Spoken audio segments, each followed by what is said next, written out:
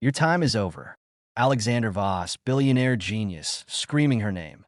Amara didn't flinch. She turned, walked back inside, and closed the glass door on 10 years of her life. 10 years earlier, she was 22 and unstoppable. Amara Jackson, Brooklyn-born, Howard Law Scholarship. The girl professors said would be the first black woman attorney general. She walked into that Manhattan tech conference wearing a $40 blazer from Zara and owned the room before she even opened her mouth. Alexander saw her from the front row, 32, white, heir to $42 billion, and for the first time in his life, he forgot how to speak. He sent flowers the size of chandeliers, but he flew her to Paris for dinner and back before her 9 a.m. class. He wrote her letters on paper that cost more than her rent. And Amara, cautious, proud, told her mother he's going to have to work harder than that. He did. He learned the names of every auntie in her family. He sat in the back row of her church just to watch her sing in the choir. He told her, the night he proposed under a sky full of fireworks he paid for, I don't want to own you, Amara. I want to stand next to you while you rule the world. They married in Santorini. The dress was custom Givenchy. The flowers were flown in from Madagascar. Beyoncé sang Love on Top, while Amara walked down an aisle made of white rose petals and diamonds. 500 guests cried when Alexander promised, voice cracking, I will never make you feel less than the queen you are. Amara believed him. She put her law dreams on hold to help him run the empire. She smiled on yacht decks while he closed 9-figure deals. She learned which fork to use at state dinners and which journalist to charm. She became the perfect wife, flawless skin, flawless manners, flawless silence when he disappeared into boardrooms for weeks. But perfection is a slow-acting poison. IT started small. Year 3. He introduced her at galas as my beautiful wife instead of the brilliant attorney Amara Jackson. Year 5. He stopped asking her opinion on the mergers that made him richer. Year 6. She found lipstick on his collar that wasn't her shade. She asked, he laughed. Baby, you know how clingy these startup girls get. Year 7. The lipstick had a name. Sophia, 24, blonde, legs for days, and a laugh that made men forget their wives existed. Amara found them in the Hamptons' house, in the bed she picked out herself. Alexander cried, actual tears, swore it meant nothing, begged on his knees that time too. Amara forgave him because love, she thought, was big enough to cover mistakes. IT wasn't. The cheating stopped being secret. Sophia started coming to company events on his arm while Amara stayed home, resting. Magazines ran side-by-side photos. Amara in couture, looking lonely. Sophia in a bikini on Alexander's yacht looking victorious. The internet called Amara the broken black wife. Her own mother stopped asking when she was coming home for Thanksgiving. Then came the night that murdered the last piece of hope. Amara discovered the new Voss Family Foundation website. Her name had been removed as Sophia's face smiled back under the title co-founder and creative visionary. She printed the page, walked into Alexander's study, laid it on his desk. He didn't even look up from his phone. Sweetheart, you never cared about the foundation anyway. Let Sophia handle the pretty stuff. Pretty stuff. 10 years of her life reduced to decoration. That night, she sat on the bathroom floor in the dark, wedding album open on her lap. Page after page of her younger self, smiling like the world couldn't touch her. She touched the photo from their honeymoon, her head thrown back laughing while Alexander kissed her neck. She whispered to that girl, I'm sorry. I forgot who we were. The next morning, she wore the red dress from the night he proposed. Same dress, different woman inside it. She packed one suitcase. Not the Louis Vuitton, the old one from college with a broken wheel. Alexander stumbled in at 4 a.m.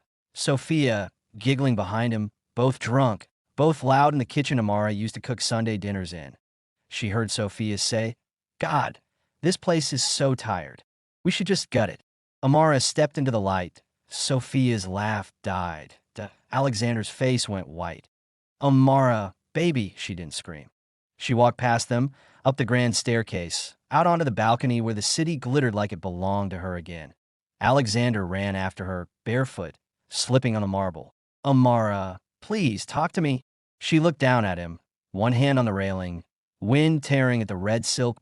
10 years of swallowed pride, 10 years of excuses, 10 years of loving a man who never learned her worth. All of it rose in her throat like fire. She smiled, small, sad, and utterly free. Your time is over. She walked away. The glass door closed. The cameras caught the moment the king fell to his knees in the mud while the queen rose forever. The video exploded. 300 million views in 48 hours. Phones buzzed across the planet with the same 6-second clip. Amara in blood-red silk, city lights behind her, voice steady as steel. Your time is over. Women screamed in comment sections. Men went quiet. Sophia posted a black square with a broken heart emoji and got ratioed into oblivion. Alexander's PR team released a statement about mutual respect and privacy, and the internet laughed so hard the servers nearly crashed. Then Amara vanished. No sightings. No stories. No social media. For 18 months, the world whispered. Did she break? Did she run? Did he buy her silence with islands and diamonds? They were wrong. She landed in Atlanta with one suitcase and the kind of silence that scares people.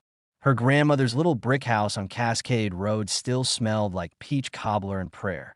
The first night, she slept on a couch because the bedroom still had her grandfather's hospital bed. She woke up at 3 a.m., screaming Alexander's name into a pillow that wasn't Egyptian cotton anymore. For weeks, she barely ate. Her aunties brought plates. Anyway, sat on the porch, rubbed her back, and said nothing because sometimes love just sits. Then one morning the sun hit different. Amara opened her grandmother's Bible to the page marked with a pressed rose from 1978 and read, "No weapon formed against you shall prosper." She closed the book, stood up, and started running 0.5 miles that first day. 10 the next. She cut her hair low, let the natural curls grow wild, bought $12 sports bras from Target, and wore them like armor. She cold emailed every black woman founder she'd ever admired. Most didn't answer. 3 did. They met in living rooms and coffee shops and talk numbers until 4 a.m. Amara listened more than she spoke, took notes on napkins, learned what she'd forgotten. She already knew. 8 months later, Obsidian Queen Ventures was born with $7 million. She raised herself. No. Voss money. No favors. Just her name and her fire. First check she wrote. $1 million to a 17-year-old girl in Detroit building solar-powered charging stations for food deserts. The second check, $2 million to a single mom in New Orleans creating period product from sugarcane waste. That'd be why the end of year 1, she was managing $150 million, all of it fueling black women who were done asking permission. The world noticed. Vogue put her on the cover in a gold suit, arms crossed. No smile, headlines screaming she built her own empire. The Met Gala invited her. She wore Kent and Cower shells and walked the carpet alone. Head so high the cameras had to tilt up. Little girls started coloring their paper dolls brown and calling them Miss Amara.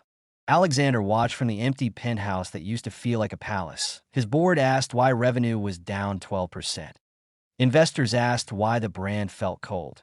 Sophia lasted 6 more months, then left with a Birkin and a non-disclosure agreement. He gained 20 pounds, lost 2 friends to silence, and started drinking the expensive whiskey like it was Waterpoint one Tuesday. He showed up at her new office on Peachtree Street unannounced.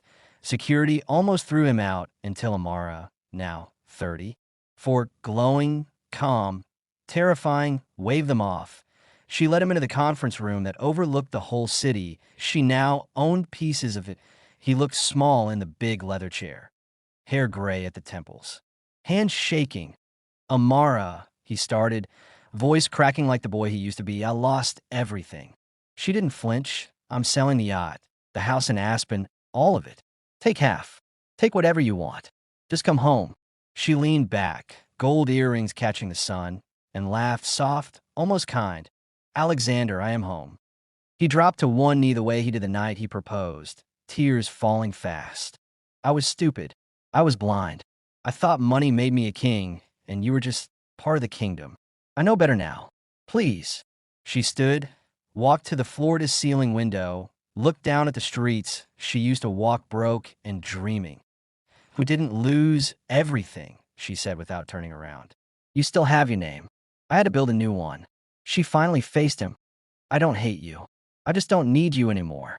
He left with nothing but the echo of her heels on marble. 2 years later, she stood on the auditorium stage at the Queen Rising Conference. 10,000 black women on their feet, roaring before she even spoke. She wore white that day, head wrapped high, little girl on her hip, her daughter, Maya, adopted at 3 years old from foster care, now 5, curls bouncing, waving at the crowd like she owned it too. Amara kissed the top of Maya's head, set her down, and took the mic. I used to think love meant shrinking so someone else could feel tall, she said, voice steady, filling every corner of the room. I was wrong. Love starts right here. She touched her chest. When you remember who you are, the rest of the world has no choice but to catch up. The crowd lost their minds. That night, she danced in her kitchen in Atlanta, Maya on her hip, potato greens simmering on the stove, old school Jill Scott playing loud enough for the neighbors to complain. Her phone lit up with a text from an unknown number, a single photo. Alexander standing alone on the balcony where she once set him free, looking up at a sky that no longer belonged to him. She smiled, deleted it, turned the music louder.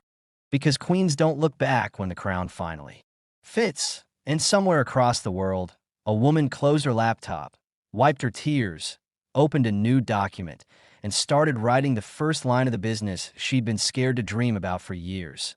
She whispered to the screen the only word she needed now. My time starts today.